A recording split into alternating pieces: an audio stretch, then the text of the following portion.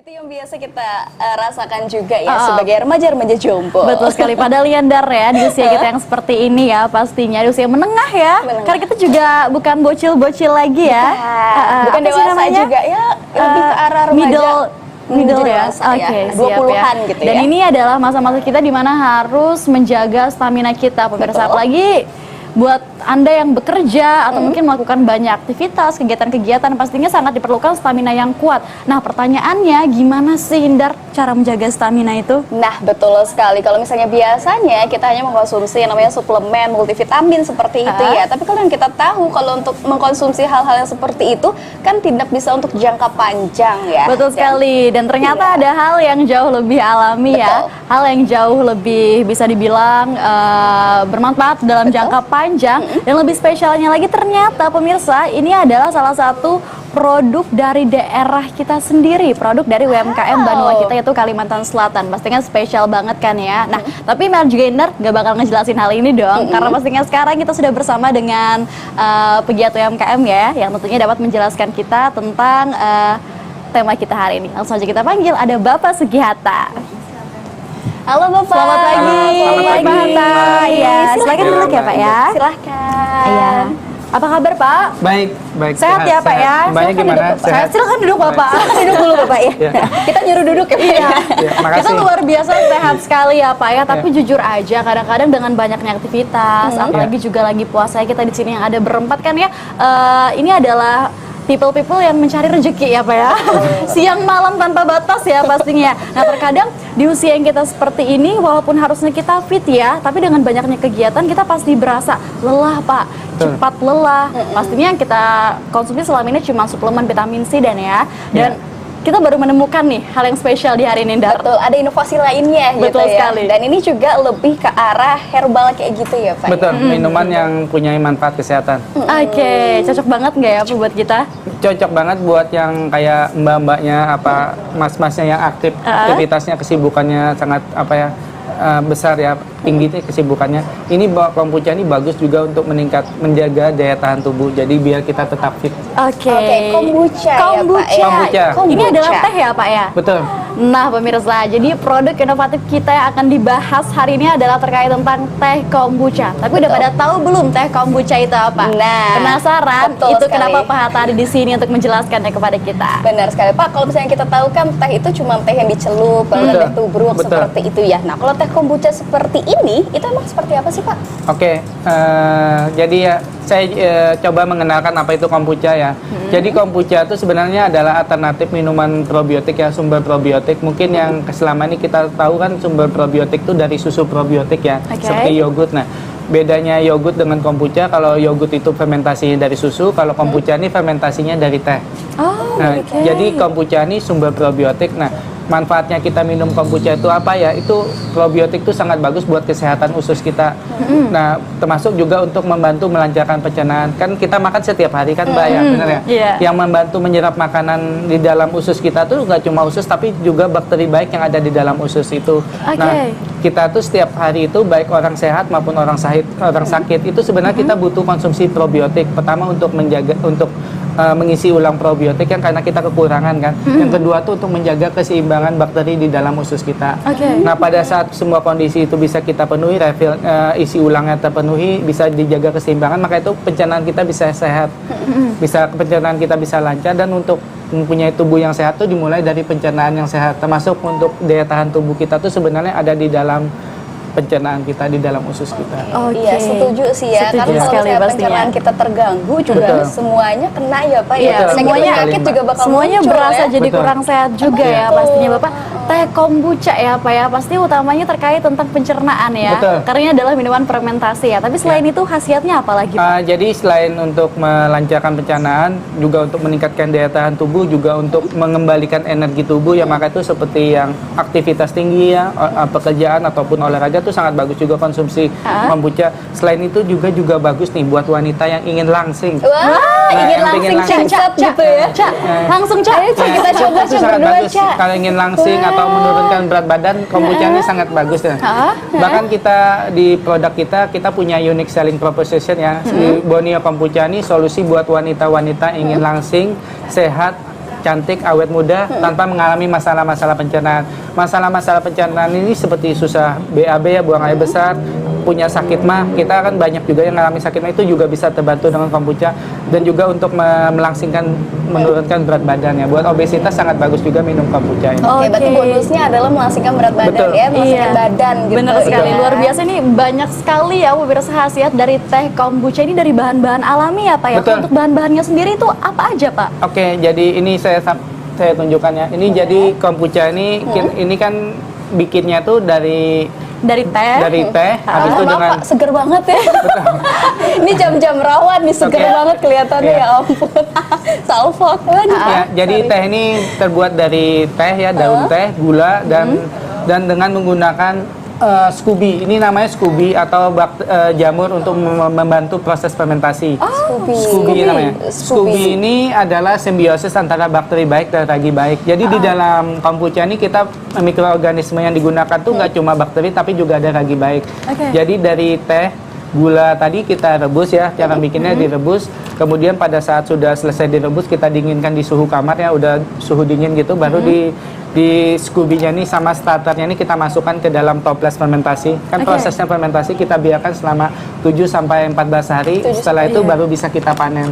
Nah, Oke. jadi gula dan teh manisnya itu ya, gula dan tehnya itu adalah makanannya si Scooby. Sama seperti kita manusia kan makan nasi nih, untuk buat kita energi tubuh kita. Kalau si bakterinya ini, si Scooby ini makannya tuh ya gula dan teh. Oh, berarti yang difermentasi itu ini awal mulanya gitu ya, Pak? Si gula dan teh Si gula dan fermentasinya dengan bantuan si Scooby. Scooby ini apa Pak? Jadi Scooby ini adalah sebenarnya ini seperti sel selulosa seperti mirip kayak nata de coco ya, biar ada gambaran. Oh, oke. Nah, tetapi di dalam Scooby ini adalah isinya itu adalah bakteri baik dan ragi baik. Oke. Bakteri baik dan ragi baiknya itulah yang bisa membantu terjadinya proses fermentasi. Oke. Walah, kalau Iya. misalnya nih Pak, kita pengen bikin aja tanpa ada Scooby, apakah bisa menghasilkan dari kombucha atau Nggak seperti bisa. Jadi kan kalau proses fermentasi, definisi fermentasi itu kan untuk pertumbuhan sel. Nah, untuk pertumbuhan selnya itu dibutuhkan mikroorganisme. Ya jadi di dalam hari ini kalau dalam pembuatan kombucha itu mikroorganisme ini disebut dengan Scooby, yaitu gabungan antara si bakteri baik dan ragi baik. Jadi mereka bersinergi nih bekerja, nggak cuma bakteri baik aja, tetapi kalau juga ada si ragi baik yang ikut bekerja dalam proses pembuatan fermentasi kombucha. Oh, alah, Oke. tuh pemirsa. Berarti kalau pengen bikin kombucha harus memiliki Scooby-nya dulu Betul. ya, Pak ya. Betul. Pastinya. Iya, barangkali kan pengen di rumah gitu, Iya. tinggal seduh teh sama gula doang Betul. kan, diinepin Kira-kira gitu, didiamin Pak. 14 hari Iya. jadi, tapi Iya. ternyata tidak seperti Tidak itu ya seperti Pak itu ya. ya. Pak, ya. Nah, kendalanya dalam pembuatan kombucha itu memang seperti gampang-gampang mudah atau susah-susah gampang juga bisa dibilang, karena kita harus bisa memastikan dalam pembuatan kombucha ini benar-benar steril. Karena kalau memang nggak steril bisa jadi terjadi cendawan atau jamur. Oke. Makanya ada betul jamur itu ya, Pak, ya? resikonya resiko yang bisa membuat gagal. Maka itu kita harus bisa memastikan dalam pembuatan kombucha ini itu air teh yang kita buat itu benar-benar steril, termasuk pemilihan bahan bakunya juga. Oke, kalau untuk tehnya sendiri Pak, apakah itu harus dari daun teh atau mungkin bisa nih pakai teh celup yang biasanya kita pakai untuk minum teh Pak? Ya, jadi gini ya, untuk daun Ini tehnya siapa tahu ya pemirsa di rumah pengen langsung DIY sendiri bikin gitu ya Pak ya? boleh. Jadi kita sendiri kan juga jual Scooby-nya ini kan. Dalam jual Scooby ini artinya kan si konsumennya Borneo Kombucha itu kan kepingin bikin sendiri nih Mbak. Nah, kita selalu bilang nggak harus pakai daun teh, nggak dalam artian daun teh tubruk ya.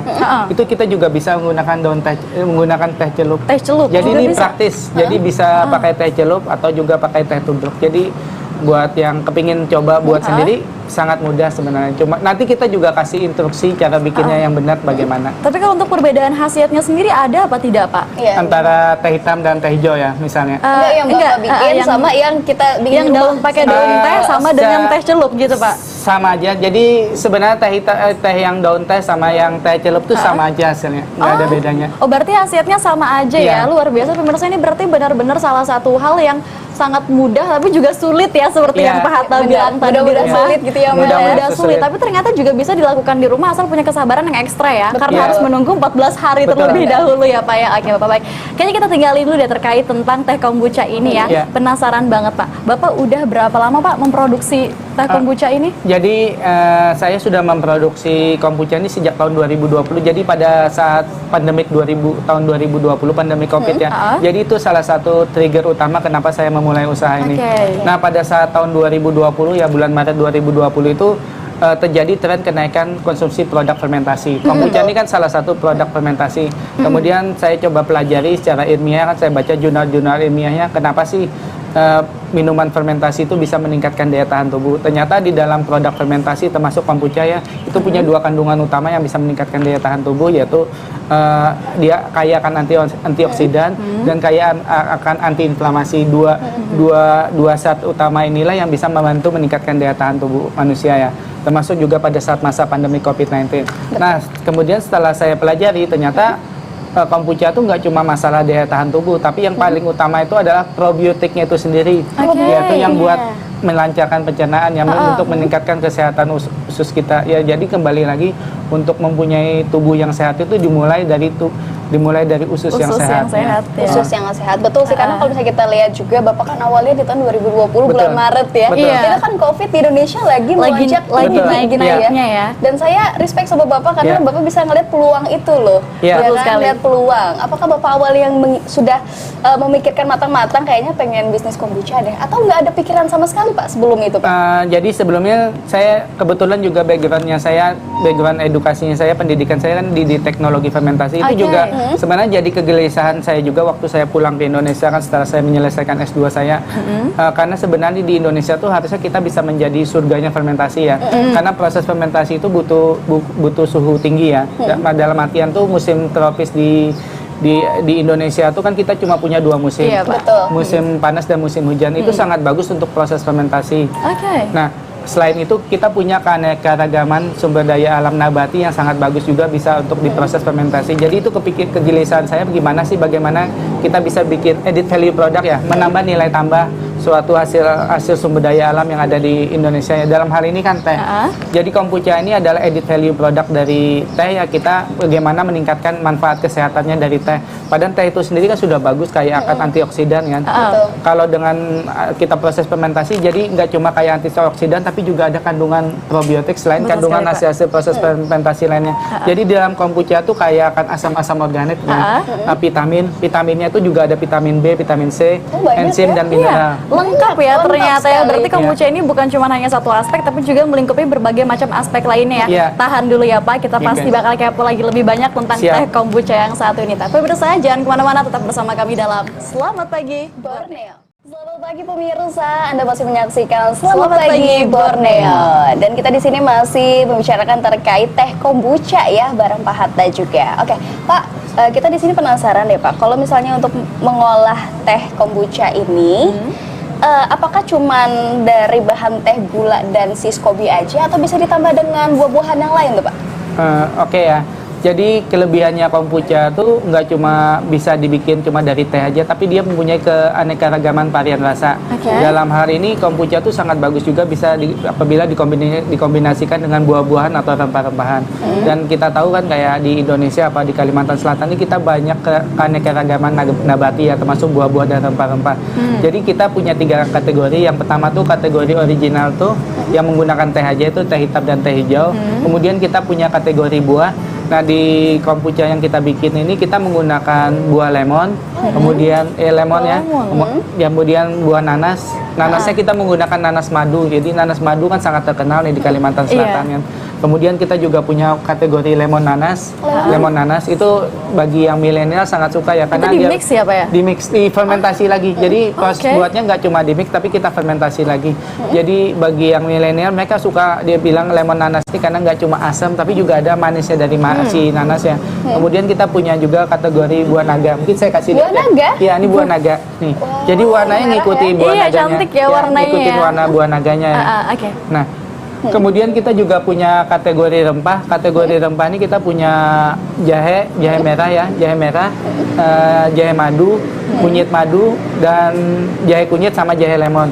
Nah, dan kita nggak cuma buat untuk menambah keanekaragaman varian rasanya, tapi juga untuk meningkatkan manfaat kesehatannya. Pak. Sebagai contoh nih, di kunyit kan, di kunyit Biasanya kita kenal dengan jamu kunyit doang. Betul, Iya, betul. bener. Ini ada teh Betul. kombucha. Iya, kita Kunyit tahunya madu. cuma sebagai jamu ya biasanya. Ya.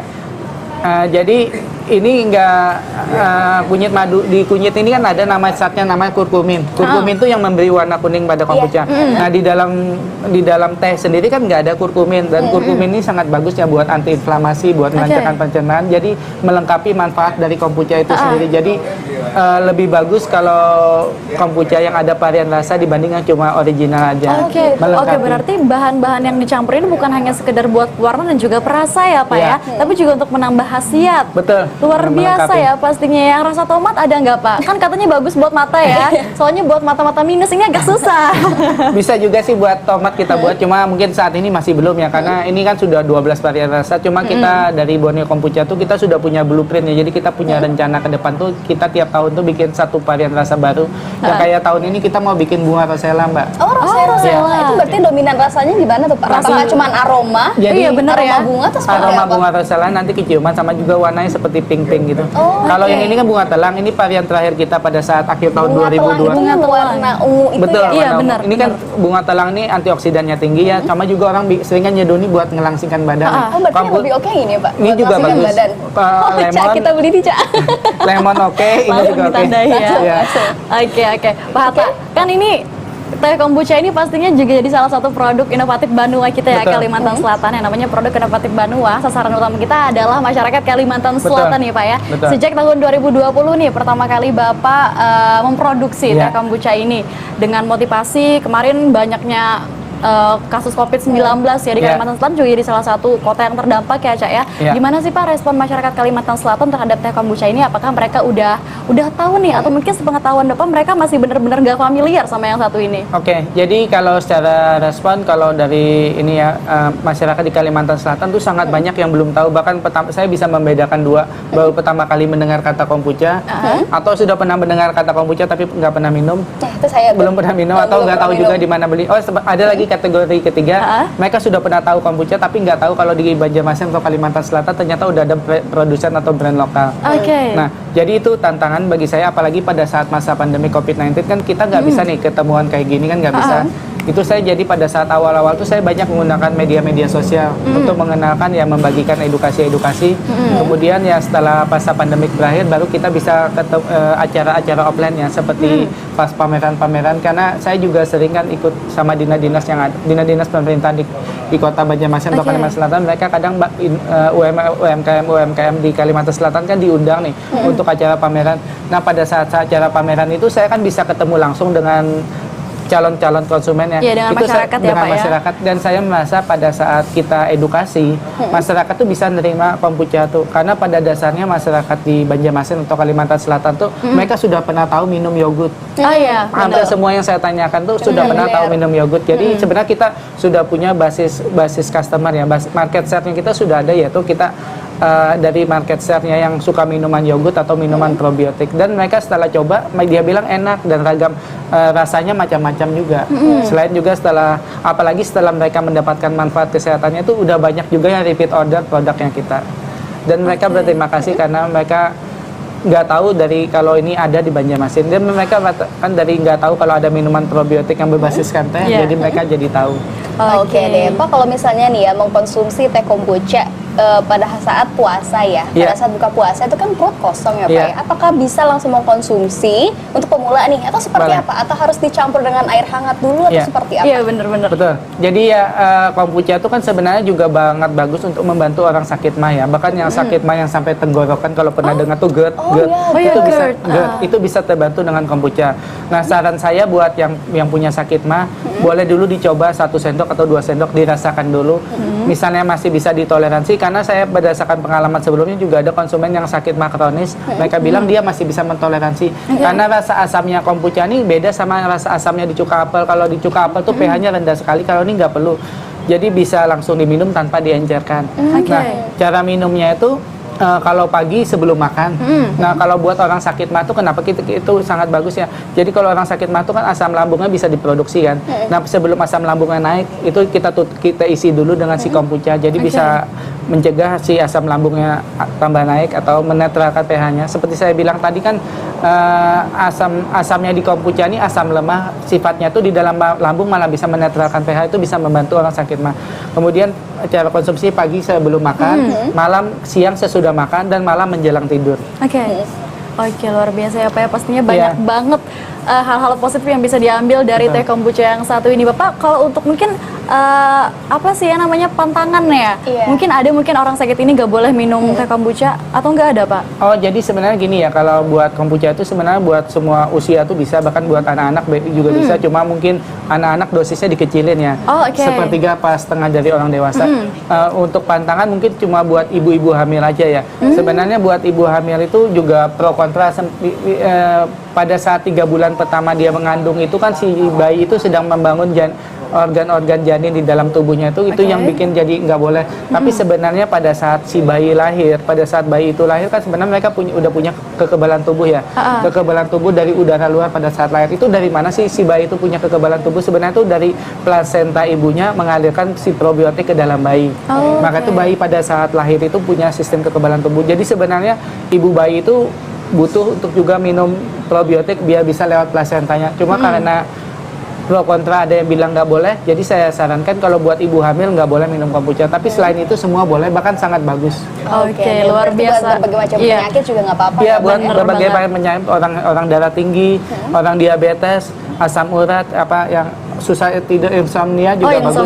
Insomnia juga bagus dibantu, selain yang untuk masalah-masalah pencernaan. Oke, Pak, pastinya banyak banget ya hal positif yang kita dapat dari teh probiotik yang satu ini ya. Nah Pak, penasaran banget nih Pak, kan katanya tadi nih pada awal-awalnya masyarakat Kalimantan Selatan ya khususnya masih belum terlalu familiar nih Pak ya sama teh yang satu ini Pak. Bisa diceritain nggak sih Pak perjalanan Bapak ya dari yang awal-awal mungkin dari satu pameran ke pameran lainnya, dan kendala-kendalanya mungkin Pak yang dirasakan bagaimana Bapak juga sendiri? Respon pemerintah daerah mungkin terhadap produk inovatif UMKM Bapak ini.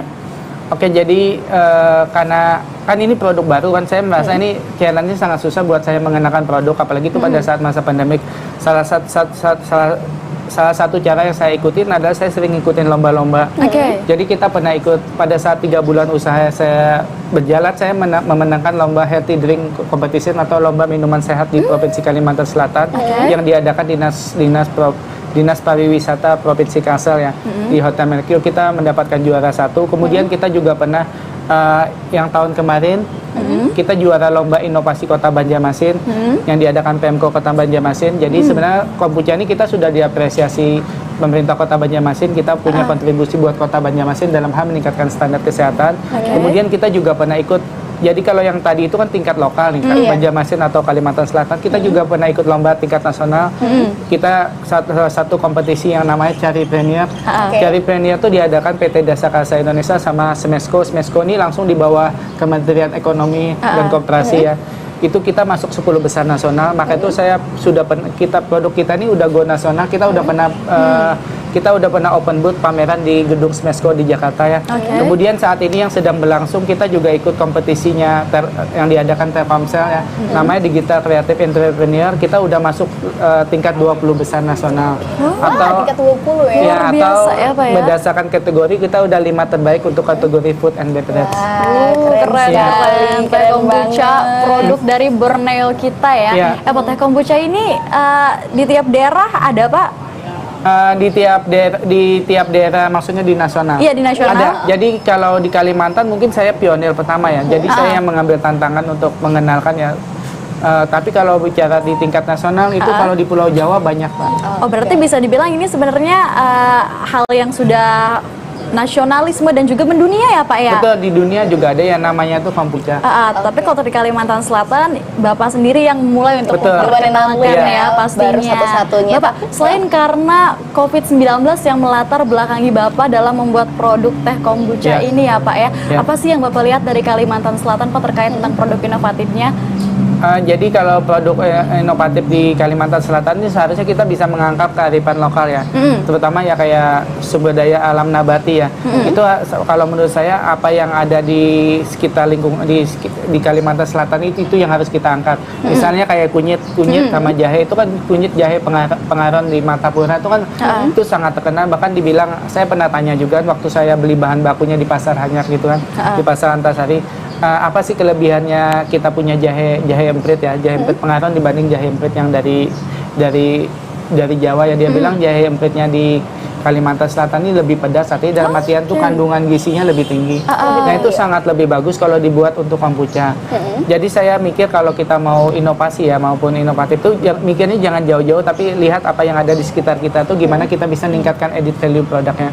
Betul Ya seperti sekali, contohnya ya teh ini kita bisa meningkatkan added value produknya teh, kita bisa meningkatkan added value produknya buah-buahan yang ada di Kalimantan Selatan sama added value produk rempah-rempah yang ada di Kalimantan Selatan. Oke, tadi kalau untuk pameran pengenalannya di Kalimantan Selatan pastinya masyarakat antusias ya Pak ya, Betul. walaupun awalnya belum terlalu familiar dengan teh kombucha yang satu ini. Nah, karena teh kombucha dari produksi Bapak ini Borneo Kombucha itu juga dicampur dengan bahan-bahan khas dari Kalimantan Selatan Bapak.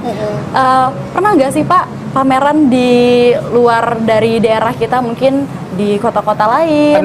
Kita pernah satu kali pada saat yang ikut lomba Caripreneur itu kan kita diundang ke Jakarta Open Booth di gedung Smesco Jakarta. Ya itu juga karena kalau produk yang punya manfaat kesehatan ya, ini minuman tapi punya manfaat kesehatan.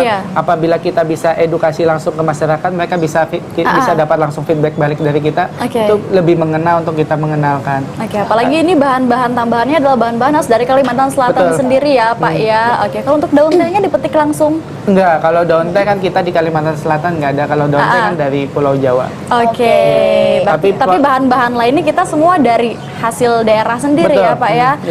Ada rencana pengen pameran internasional nggak Pak? Nanti ya Pak ya, kita akan menyapa dulu teman-teman kita yang ada di Kalimantan Timur. Halo, Erwin Syah. Selamat pagi Erwin. Selamat pagi Erwin.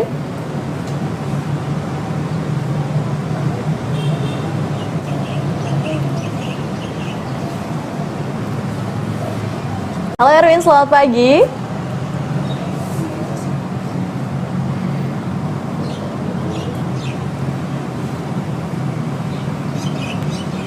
Pastinya kita masih mencoba terhubung dengan Erwin ya. Nanti kita di segmen terakhir Pak Hatta akan ada segmen Lintas Borneo. Jadi bukan cuma dari Kalimantan Selatan. Oh ternyata kita sudah terhubung dengan rekan kita. Erwin, selamat pagi. Halo Erwin.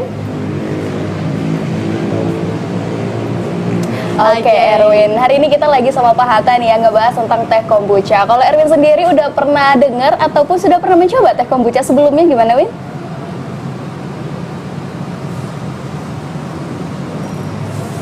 Seperti kita masih mencoba untuk kembali menghubungi Erwin ya. Nanti kita akan langsung sapa saja di segmen terakhir Lintas Borneo. Baik kita pemirsa kembali bersama dengan Bapak Hatta ya. Masih terkait pembicaraan tentang teh kombucha. Oke Pak Inder, kayaknya penasaran banget sama Siskobi tadi ya. Nah kalau misalnya Siskobi ini apakah bisa dikonsumsi atau cuma sebagai induk dari si fermentasi doang Pak? Jadi kalau sebenarnya Scooby ini juga bisa dikonsumsi, tapi kan kalau Scooby ini rasanya asam sekali. Asam banget. Tapi sebenarnya ini akan jadi produk turunan kita yang berikutnya. Jadi sebenarnya Scooby ini bisa dibikin manisan, Mbak. Nah, jadi kalau pada saat dibikin manisan tuh rasanya udah nggak terlalu asam banget. Jadi namanya aja manisan ya. Kalau dikonsumsi langsung seperti ini asam banget. Asam banget. Tapi kalau misalnya dibikin manisan, apakah ada khasiat baru lagi, Pak? Sama. Tetap ada bakteri baiknya di dalam Scooby ini kan tetap ada kandungan bakteri baik dan Scooby baik, jadi itu bakteri yang tetap ada manfaat kesehatannya. Tapi mungkin yang buat yang punya diabetes ya dihindari. Kalau yang buat diabetes mending minum kombuchanya. Tapi buat yang muda-muda yang nggak ada diabetes boleh lah kalau mau cobain Scooby manisan. Ternyata banyak banget ya, bahkan induk bahannya juga bisa dikonsumsi ya pastinya. Tapi dengan catatan yang muda-muda. Bapak, tadi kita udah ngebahas tentang pameran di lokal, terus ke nasional, dan terakhir tadi aku nanya pameran di internasional ya. Gimana Bapak? Adakah rencana untuk mengenalkan kombucha khas dari Kalimantan ini dengan berbagai macam rasa yang dicampur bahan-bahan dari daerah kita, Pak? Jadi sebenarnya kalau dari saya sih kita fokusnya tuh kombucha ini buat di lokal Banjarmasin Kalimantan Selatan karena di sini karena hasil survei yang saya banyak orang yang belum tahu kombucha ya itu atau yang sudah pernah tahu kombucha tapi belum pernah minum. Tapi kalau memang kedepannya kita sudah bisa go nasional kan itu sudah saatnya juga kita bisa go internasional karena saya percaya di Indonesia tuh punya keanekaragaman hayati yang nggak ada di luar negeri. Misalnya kayak rempah-rempah itu kan itu adalah kekhasan yang ada di Indonesia. Jadi itu suatu saat apabila memang kombucha ini udah diterima oleh sudah bisa diterima oleh sebagian besar masyarakat Indonesia. Sama lah seperti orang Indonesia kalau ditanya yogurt kan sudah banyak yang tahu, Sudah tapi pada kenal, ya? kalau yang di internet di nasional kan masih banyak yang belum tahu apa itu kombucha. Iya, betul sekali. Masih perlu disosialisasikan, dikenalkan lebih dalam lagi ya. Dan Ya. pemirsa, kita sudah terhubung kembali ya dengan rekan kita yang ada di Kalimantan Timur. Selamat pagi Erwin. Selamat pagi Erwin.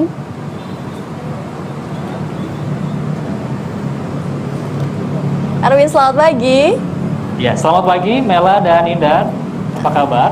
Oke, Alhamdulillah baik. Kita baik. sangat semangat ya di sini ya. Cuaca Iya. di Kota Banjarmasin, Kalimantan Selatan sangat luar biasa cerah. Apalagi hari ini kita kedatangan Bapak Hatta ya. Kita udah dikenalkan tentang teh kombucha. Erwin tahu teh kombucha? Ya, pernah mendengar tapi belum pernah nyoba nih. Jadi saya penasaran tadi dengan penjelasan dari Pak Hatta, banyak sekali manfaat dari konsumsi teh kombucha ini ya. Oke, betul sekali Erwin. Nah, kalau dari Kalimantan Selatan hari ini Selamat Pagi Borneo ada teh kombucha. Kira-kira ada berita apa aja tuh dari Kalimantan Timur? Ya, ada 2 berita seperti biasa akan kami hadirkan. Ini dari Kabupaten Kutai Timur dan Kabupaten Kutai Barat. Yang pasti jangan lewatkan segmen Lintas Borneo, akan kami bagikan informasinya sesaat lagi. Oke, Oke, baik. Terima kasih banyak Erwin. Sampai bertemu lagi. Oke, Pak Hatta, ini terakhir ya Pak ya. Harapan Pak Hatta nih selaku salah satu pegiat UMKM di Banua kita terkait tentang produk inovatif yang ada di Kalimantan Selatan itu apa Pak? Oke ya, jadi saya merasa pelaku UMKM selama 3 tahun terakhir ini ya, kita struggle kita, perjuangan kita ini kan jungkir balik juga untuk mengenalkan kombucha. Menurut saya stakeholder yang ada di Kalimantan Selatan atau Banjarmasin ya, mulai dari akademisi, pemerintah, komunitas ataupun investornya harus bantu ya kalau ada yang inovasi seperti ini, apalagi kita produk-produk inovasi yang berusaha mengangkat kearifan lokal kearifan lokal yang ada di Banjarmasin atau Kalimantan Selatan, kita harus didukung karena kalau enggak bisa jadi kita susah untuk berkembang menjadi lebih besar. Padahal kita tahu kan produk-produk seperti ini bisa menimbulkan multiplier efek ya. Seperti bahan baku kan kita bisa menggerakkan roda-roda ekonomi yang ada di pasar tradisional. Dan ini udah pasti kalau untuk meningkatkan standar kesehatan ini produk juga sangat bagus. Bahkan satu kota atau satu provinsi apabila bisa menyediakan produk minuman organik, sebenarnya kota atau provinsi itu sudah naik kelas. Oke, luar biasa. luar Terima biasa kasih ya. banyak ya Pak Hatta yang Terima sudah kasih banyak, berkunjung di Bapak. Selamat Pagi Borneo. Kita doakan pemirsa tentunya semoga ke depannya UMKM yang ada di Banua kita, Kalimantan Selatan semakin maju dan pastinya semakin banyak lagi produk inovatif lainnya yang ada di Banua kita ya, Indar ya. Ya, Pemirsa, kita akan kembali lagi usai jeda yang satu ini, tetap bersama kami dalam Selamat Pagi Borneo. Terima kasih Pak Hatta. Terima kasih banyak Pak. Minta foto ini boleh ya? Iya, Boleh. bisa.